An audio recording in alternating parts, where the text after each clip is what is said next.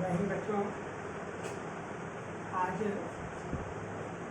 दिसंबर का राम लक्ष्मण परशुराम संवाद का आखिरी पद पढ़ना है। आप सभी जानते हैं यह प्रसंग श्री रामचरितमानस के बालकांड से उद्धृत है और धनुष यज्ञ का प्रथम है।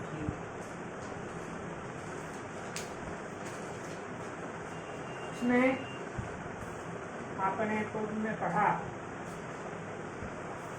कि जब परशुराम और लक्ष्मण में संवाद कर रहा है, लक्ष्मण की योक्ति से भगवान परशुराम उत्तेजित होते हैं, बार बार फरसे का व्यवहार करना चाहते हैं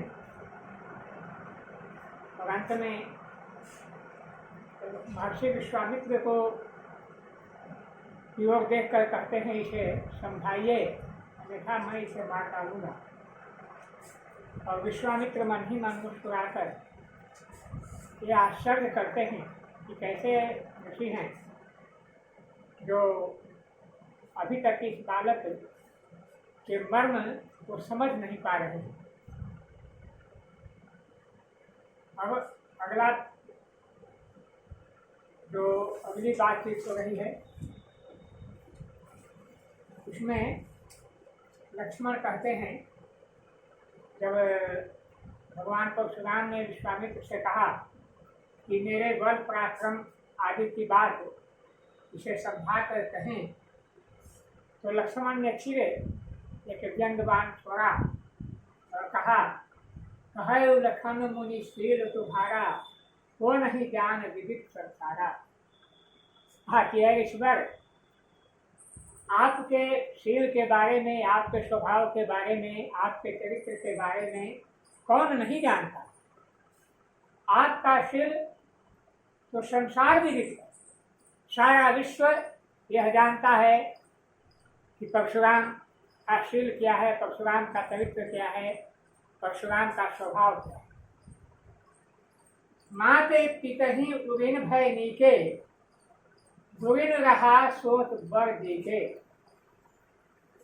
कहा कि माता पिता से आप कैसे उगण हुए यह तो हर लोग जानता है, पर गुरु का ऋण रह गया, जिसे ऋण होना आपको बाकी है। बहुत दिन हो गए, ब्याज भी बढ़ रहा होगा। बच्चों, मात पिता ही उगेन भय नीके, यह प्रसंग जो है इसके बारे में एक कहानी है कि जब जमदग्नि की पत्नी अर्थात परशुराम की माता रेणुका को सहस्त्रार्जुन ने हरण कर लिया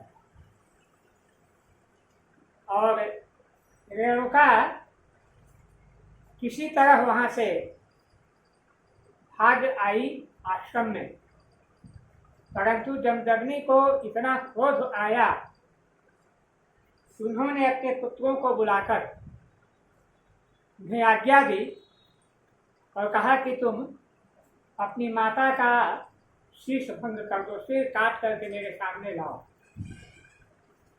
उनके कई पुत्र थे, कोई पुत्र इस जघन्य कार्य के लिए तैयार नहीं हुआ। वहां पर परशुराम उस समय उपस्थित नहीं थे। संयोगवश परशुराम तुरंत आ गए और आते ही जब पितृ चरणों में उन्होंने अपना प्रणाम निवेदन किया तो ऋषि जमदग्नि ने कहा, पुत्र परशुराम, तुम तो मेरी आज्ञा पालन करने में दक्ष हो। उन्होंने कहा, कहाँ पिताश्री, आप जो भी आज्ञा दें परशुराम उसको विलंब पालन करेगा। तो भगवान परशुराम ने कहा, तुम अपने फरसे से अपनी माँ का सिर काट करके मेरे सामने लाओ।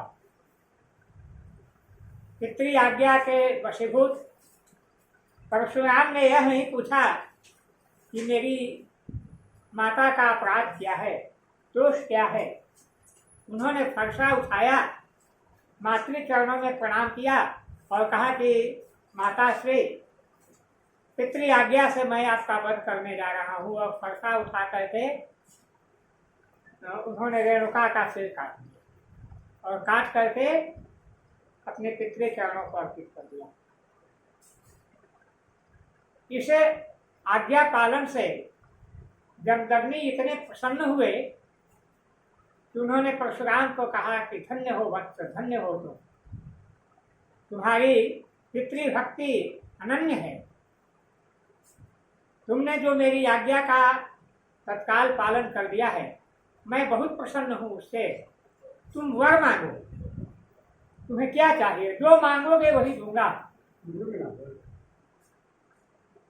भगवान परशुराम ने कहा, पिताश्री, यदि आप मुझ पर प्रसन्न हैं तो आप यह वरदान दीजिए कि माता श्री जीवित हो जाएं। जमदग्नि बड़े प्रसन्न हुए और कहा कि वो ऐसा ही है। और जमदग्नि ऋषि के प्रभाव से रेणुका जीवित हो गई। तो उसी का उदाहरण देते हुए लक्ष्मण ने व्यंग किया, क्योंकि माता की हत्या तो जघन्य अपराध है, इसलिए उन्होंने कहा, माता पिता ही गुविन भय नीके, गुविन रहा सोच बर नीके। गुरु का ऋण बाकी रह गया है, इसलिए आप के हृदय में उसके लिए बड़ी चिंता है। सो जन्म हमारे ही माथे काढ़ा, वह हमारे ही माथे आप काढ़ना चाहते हैं, उसको पूरा करना चाहते हैं। दिन चल गई ब्याज बढ़ा, और जैसे जैसे समय बीत रहा है उसका ब्याज भी आप पर बढ़ रहा है। इसलिए अब आनिए देव हरिया बोली, तुरंत देव मैं खैरी खोली। आपको क्षति पर क्षति होती जा रही है, यह सब बातें छोड़िए, अब आप व्यापार की बोली बोलिए। इन सारे चीजों में, इन सारी घटनाओं में आपको कितनी क्षति हुई है, उस क्षति पूर्ति के लिए आप जो मांगेंगे, मैं अपनी थैली से उसका मूल्य आपको अर्पित कर दूंगा। अब जान आनिए दो हरिया बोली,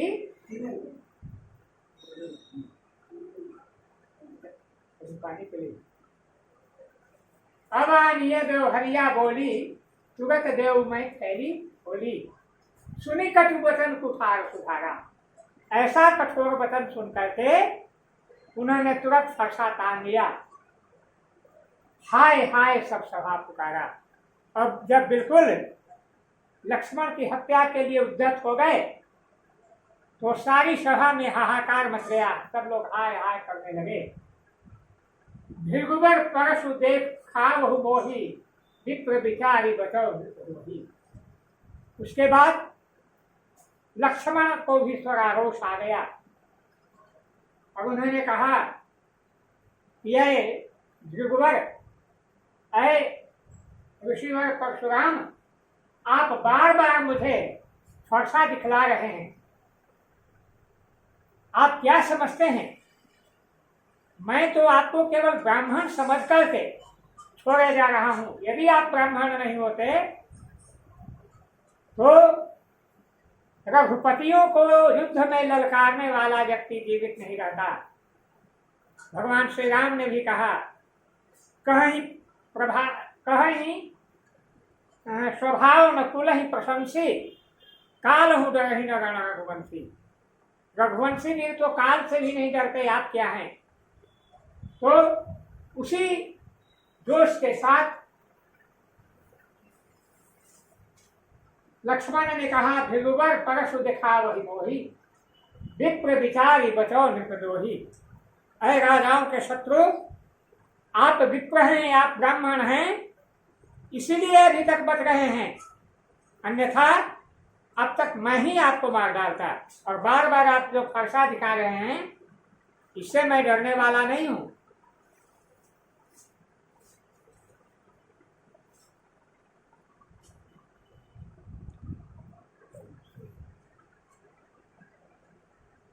तो झिगबर परशु दिखावहि मोहि, विप्र विचारी बचो नृपदोहि।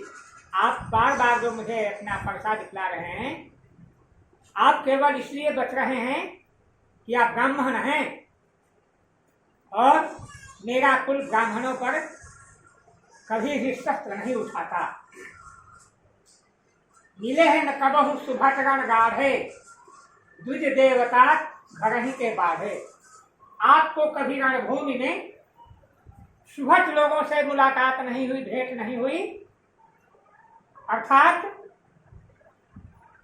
कभी वीरों से, जो सुंदर भट, सुभट माने जो अच्छे वीर हैं, जो वीरवर हैं, उनसे कभी आपका गाढ़ा रण नहीं हुआ।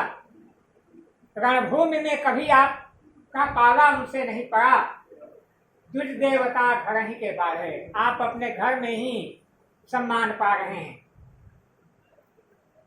अनुचित कही सब लोग पुकारे, ऐसा सुनकर के सभा में जितने लोग थे सब लोग पुकारना शुरू किए, अनुचित है, अनुचित है, अनुचित है। अनुचित कथन कह करके लोग पुकारे। लोग क्योंकि भय एक ऐसी वस्तु है, जब कोई विकट योद्धा को क्रोध आ जाए या विकट व्यक्ति को क्रोध आ जाए तो हर लोग खुशामदी बातों को ही बोलना चाहता है। इसलिए अनुचित कही सब लोग पुकारे, रघुपति शयन ही लखन निवारे। तब भगवान श्री राम ने अपने नेत्रों के इशारे से उन्हें शांत करने का प्रयास किया। इशारा किया, लक्ष्मण चुप रहो, अब मुझे बोलने की बारी। लखन उतर आहुति सरिस, ध्रुवै कोप कृषाण। कितना सुंदर उपमा है यहाँ। लखन उत्तर आहुति सरिस, लक्ष्मण के उत्तर जो थे वे आहुति का काम कर रहे थे, जिसमें रघुवर कोप कृषाण, परशुराम के क्रोधाग्नि, क्रोध रूपी अग्नि में आहुति का काम कर रहे थे। लक्ष्मण के मर्मस्पर्शी वचन, कठोर वचन, तो आहुति देने से अग्नि और तेज हो जाता है। तो लखन उत्तर आहुति सरिस, ध्रुवर कोप कृषाण। बढ़त देख जल समवचना, बोले रघुराम। जैसे ही क्रोध की वृद्धि हो गई भगवान परशुराम के हृदय में, तो जल के समान अर्थात शीतल वचन में श्री रामचंद्र बोले।